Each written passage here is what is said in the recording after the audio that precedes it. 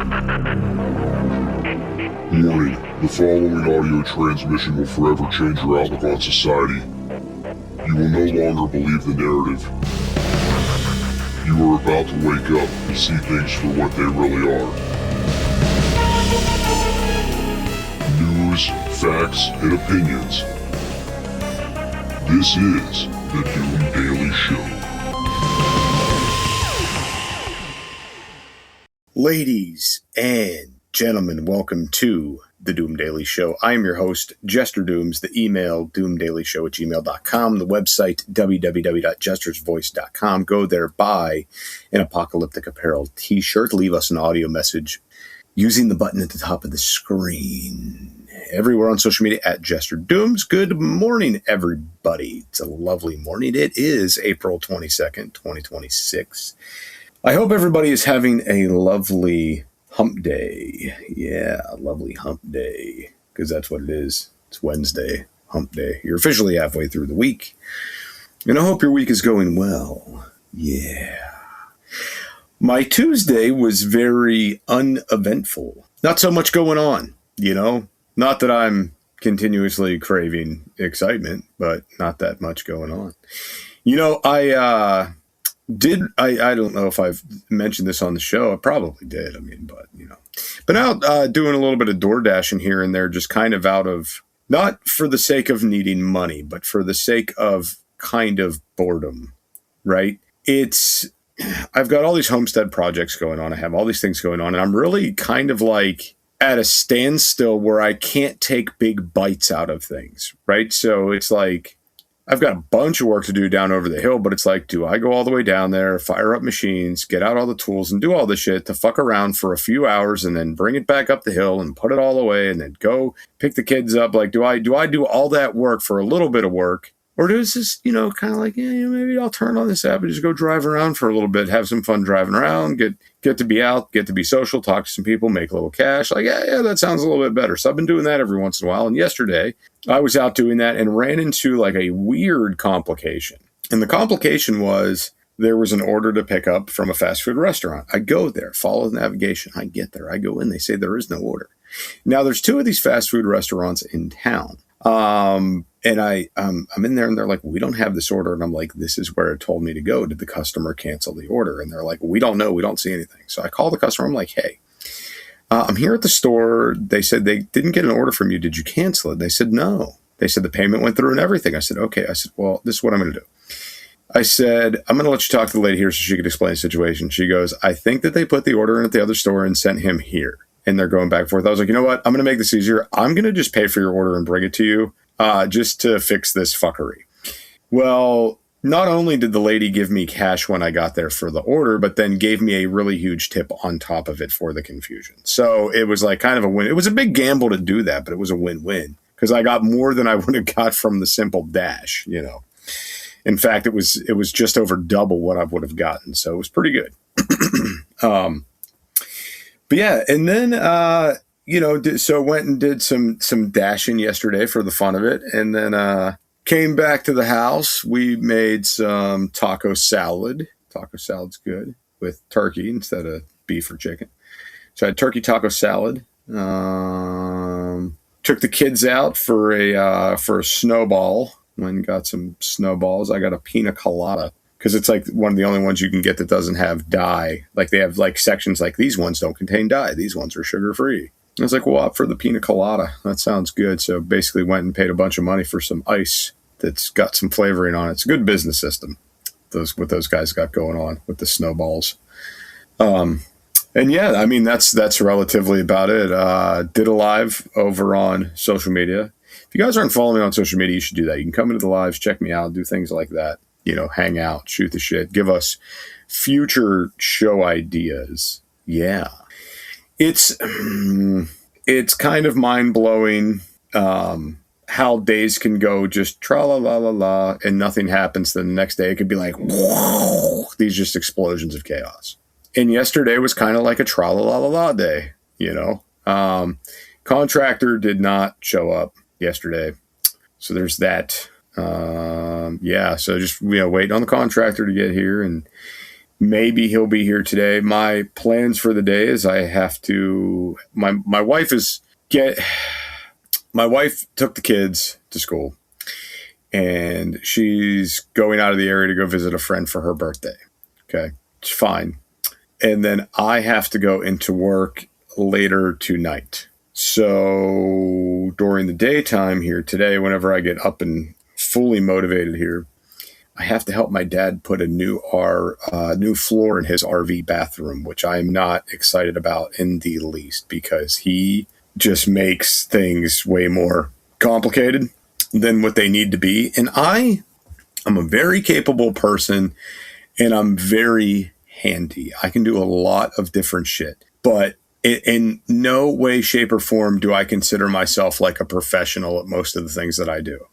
I know how to do it just good enough to where I'm happy with the work, and I'm happy with the fact that I didn't have to call a contractor in to do it. And it usually looks pretty damn good when I'm done. Like good enough to where you wouldn't notice it wasn't done by a person that had experience. You're going to notice it probably wasn't done by a professional person, but you're not going to be like, oh, that guy has no experience that did that, and I managed to figure it out kind of thing. So tomorrow is going to be my first go around of putting a new floor in an RV. Never done that before, so it's going to be fun. It's not going to be fun. I'm lying. It's going to suck. Anyway, we'll be right back after these messages.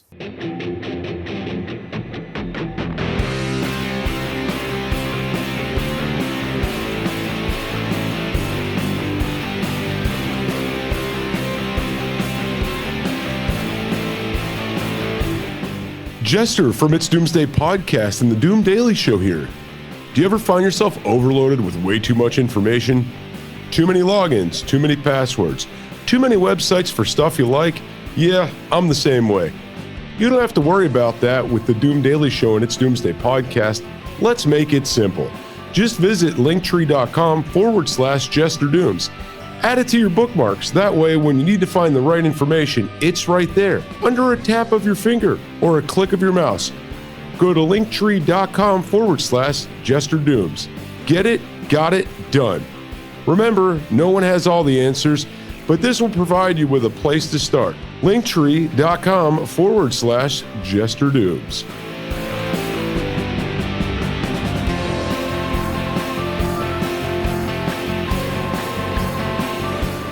And now, on with the conversation.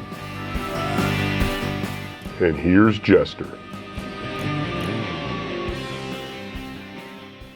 Ladies and gentlemen, welcome back to the Doom Daily Show. I'm your host, Jester Dooms. The email, doomdailyshow@gmail.com. Everywhere on social media at Jester Dooms. The website, www.jestersvoice.com. Go there, get a t-shirt, leave an audio message, and don't forget to give me that IRL, that 1 week in real life interaction where you tell a friend, family, or coworker about the Doom Daily Show. Also want to give a shout out to my piece of shit friend because he got a job. It's a good job, you piece of shit. You got a job. He posts on Facebook like he's big shoots because he has new job. It's good for you. Good for you. Anyway, on the Epic Times, Canadian tourist killed, another injured after gunman opens fire at Mexico pyramids, by Jennifer Cowan on the Epic Times. A Canadian woman was killed and a second Canadian was injured by a gunman in a planned shooting on April 20th at the Teotihuacan pyramids near Mexico City. I don't know how to pronounce these names, ladies and gentlemen, so just bear with me.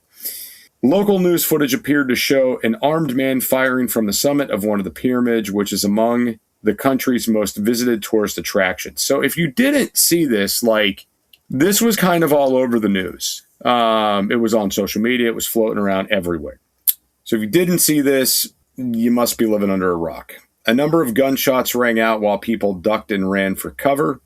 The name of the Canadian killed has not been released. Officials say the gunman carried a tactical-style backpack and had literature related to the deadly 1999 Columbine High School shooting in the United States. Mexico State Attorney General Jose Luis Cervantes Martinez told an April 21 press conference that the shooter, who has been identified as 20-year-old Julio Cesar Zasso of Mexico, acted alone.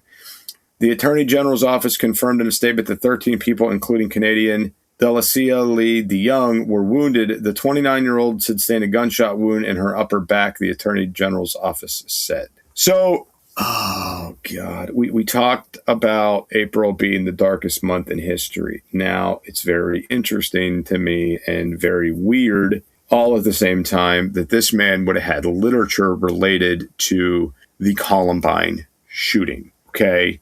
Now, the reason I find this interesting is that this guy had to be idolizing the two Columbine shooters, Dylan and Eric Fucktards, were their names. Anyway, I find it very interesting that you would have that literature on you. Like, did you want to model that behavior? Did you just want to create a massacre? Was this your inspiration? All these things. Now, why I find it weird is that there's been so many more shootings in public places. Why would this be?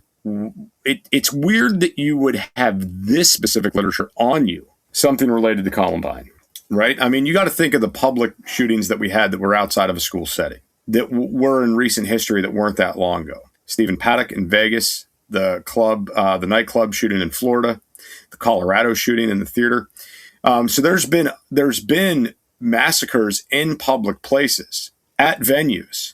So this, I think it's just a little odd. He would have had this book and then patterned a different behavior. That's what I find weird, I guess. Anyway, 7 of the 13 people injured were just hit by the gunman's bullets, officials said, but did not provide further details. Aside from the one injured Canadian, 6 Americans, 3 Colombians, 1 Russian, and 2 Brazilians were hurt. Foreign Affairs Minister Antia Anad told reporters during an April 21st press conference that Mexican Foreign Affairs Secretary Roberto Valaseco Alvarez has committed to undertaking an investigation into the Canadian woman's death. In quotations, I want to assure Canadians that our consular officials are on the ground assisting the remaining victims, and in particular the Canadians who are in Mexico, she said ahead of the government's April 21st cabinet meeting. I will leave no stone unturned to ensure that Canadians are supported abroad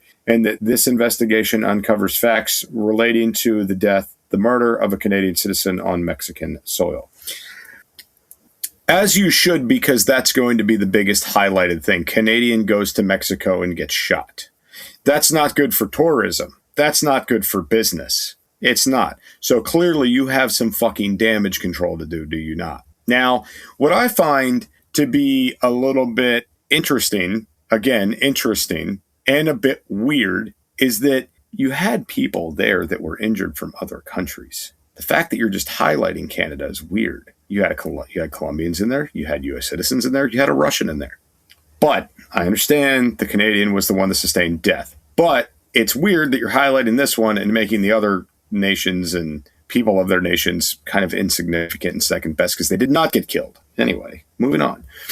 Prime Minister Mark Carney commented briefly on the shooting on his way to the cabinet meeting. In quotations, it's a terrible circumstance, Carney said. I very much appreciate President Sheinbaum's personal attention to the matter, and we're working with Mexican authorities on the situation, but it's a sad day. Mexican President Claudia Sheinbaum confirmed on X that she was closely following the situation and promised her government would provide timely updates as the investigation unfolds. We'll be back right after this break. Hey, producer Scooter here. And if you've made it this far, I just want to commend you for diligent listening skills. But also, I want you to take a moment since you've come this far with us, send an email to doomdailyshow@gmail.com. Let us know where you're listening from. If you have any ideas for something you'd like Jester to address or talk about, send us an email. That's doomdailyshow@gmail.com. Thanks for listening.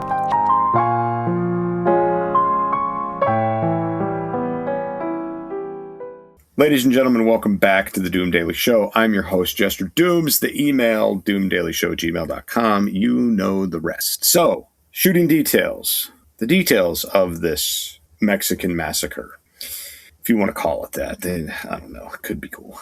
Shooting details. The shooting occurred just before noon when a large group of tourists was at the top of the Pyramid of the Moon, authorities said. The gunman standing on the structure's platform began firing upward, according to a tour guide who was at the scene and spoke to the Associated Press on the condition of anonymity for safety reasons. The guide said the shooter began firing when he saw tourists descending the pyramid steps, causing some people to throw themselves face down on the ground to avoid being targeted. Now, this suggests to me that this individual, and I don't know anything about this individual, had no former training in what they were doing. Okay? Now, the reason I'm saying that is because a trained shooter would want a vantage point. They would have went up and shot down. Okay? Not just wildly shot up at people at the top of the pyramid. Now, very sloppy method, but this kind of does create that kill box situation. They're up there. They can't go up. They can only come down. You're down. They have to come through you, right?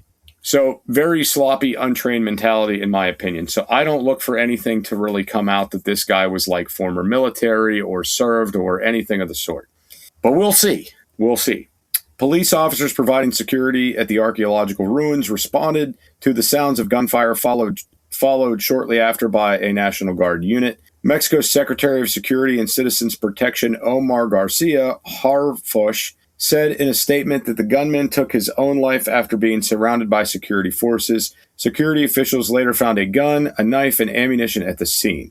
7 of the 13 people injured were hit by the gunman's bullets, officials said, but did not say what injuries the other people sustained. Aside from 1 injured Canadian, 6 Americans, 3 Colombians, and 1 Russian, and 2 Brazilians were hurt. Among the injured were 2 children, a 6-year-old, a 13-year-old, although officials did not say if either of them were hit by bullets. Garcia Harfuch, God, these names, man. Sorry. It's not my country, not my nation, not my names.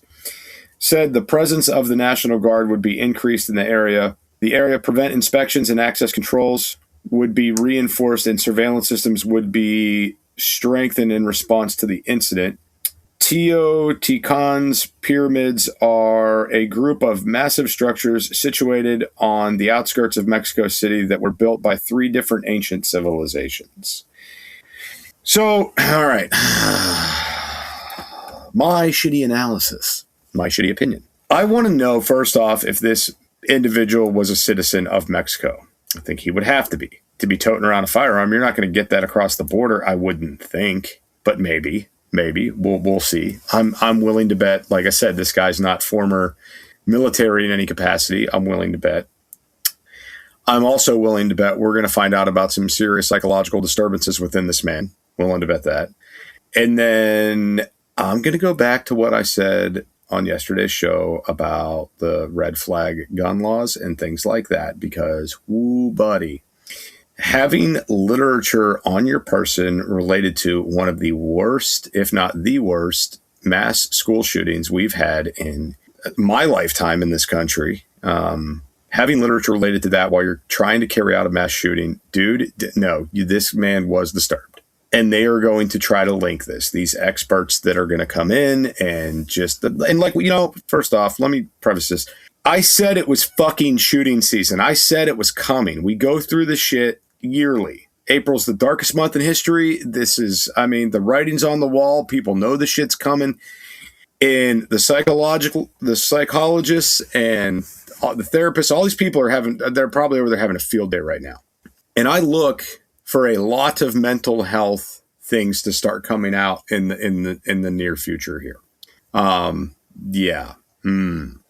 Something that's really interesting, and I don't know if anybody knows this or not, but one of the things that's been a topic in high schools as of lately has been students writing up letters, and God, this, like, it's disgusting. Like, they write for extra credit, and part of the curriculum, they'll write letters that, are supposed to go to the president, or supposed to go to the Supreme Court, or supposed to go to a legislator, right? And these teachers pick the topics that these kids write on: gun control, student loan reform, healthcare, immigration, abortion rights, drugs. The hot button issues we're told to care about is what they're writing about. Now, you might say, Dooms, you're wrong. You might say these are just issues that plague our nation.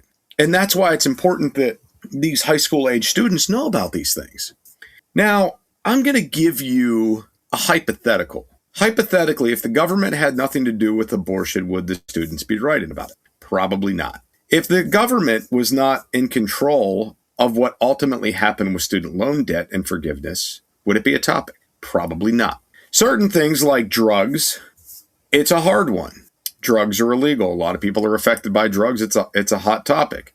Notice how presidential candidates never really run on drugs. Notice how the Democrats and Republicans are never at each other's throats over the drugs that are in this country.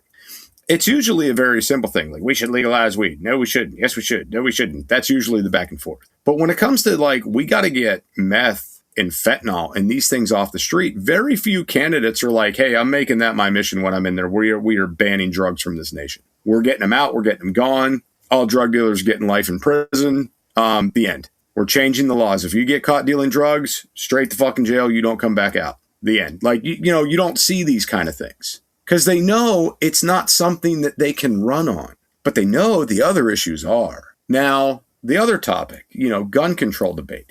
That is a very pre-programmed topic. All right. So you have, because you're getting to be in a new age. All right. There's a new society that's coming. I'm going to make all of you feel old as fuck. All right. So the ideal that guns are dangerous, guns are bad, don't be around guns, don't look at a gun, don't touch a gun, don't see the gun, don't smell the gun, stay away from it, has been something that's been bred into our nation for years now. And do you know that there are people out there in their teens, in their 20s, that have never seen a gun in person, have never shot a gun in person, that have never heard the sound of a gunshot in real life? Like, that that's a thing. Now, you're probably out there, if you're listening to this show anyway, you're probably thinking, damn, Dooms, I don't know about that one, man. I think you're a little bit off. Like, I've been around guns my whole life, and I've shot and I've hunted, and I keep a 9mm in the truck, and, what are you talking about? These people never been around guns. They haven't been. It's becoming less common. Like, there might be a gun in their house somewhere, but it might have been grandpa's, and dad might keep it under lock and key, and the kids never saw it. They don't know it's there even. And that might be dad's form of protection, not letting them know that there's a gun in the house. If they don't know it's there, they won't go look for it. They won't go fuck with it. There won't be an accident. All right. So I've met people that have extreme fear and paranoia of guns. And typically these people you meet that have extreme paranoia and fear of firearms have never been around them. And I'm someone that shoots. I'm someone that would carry for work. I'm somebody that had to qualify every year. I hunt. I sport shoot. Like, I do all these things.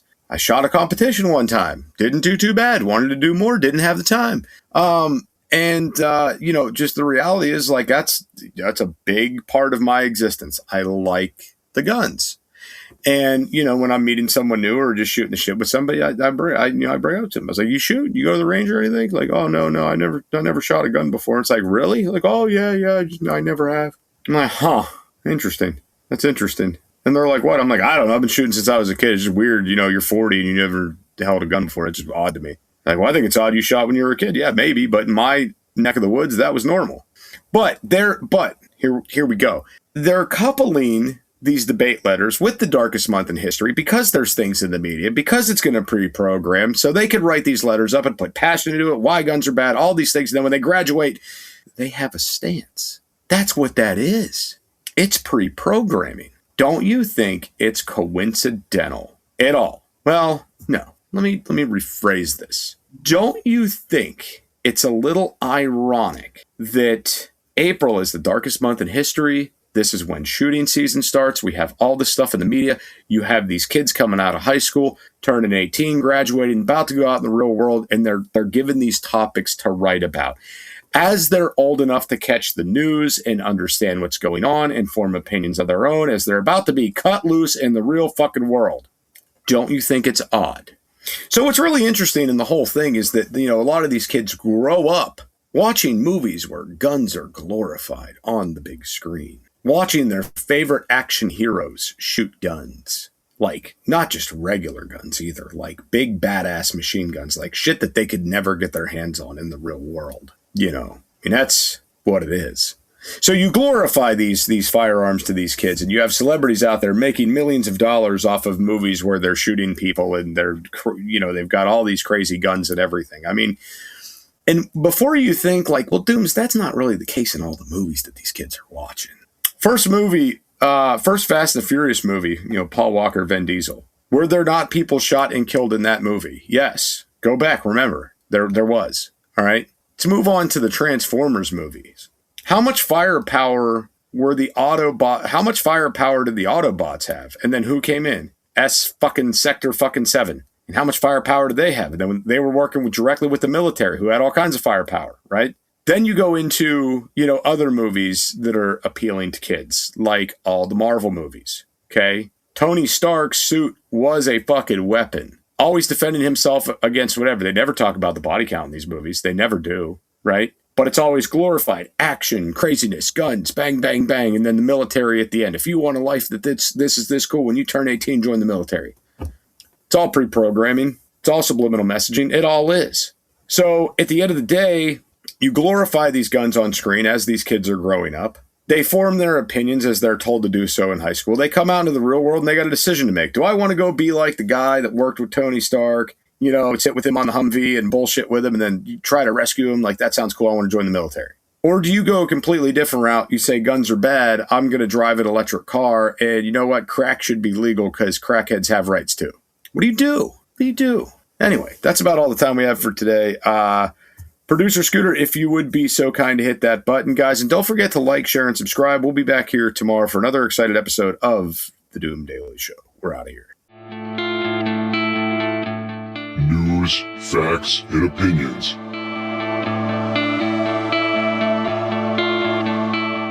This is The Doom Daily Show.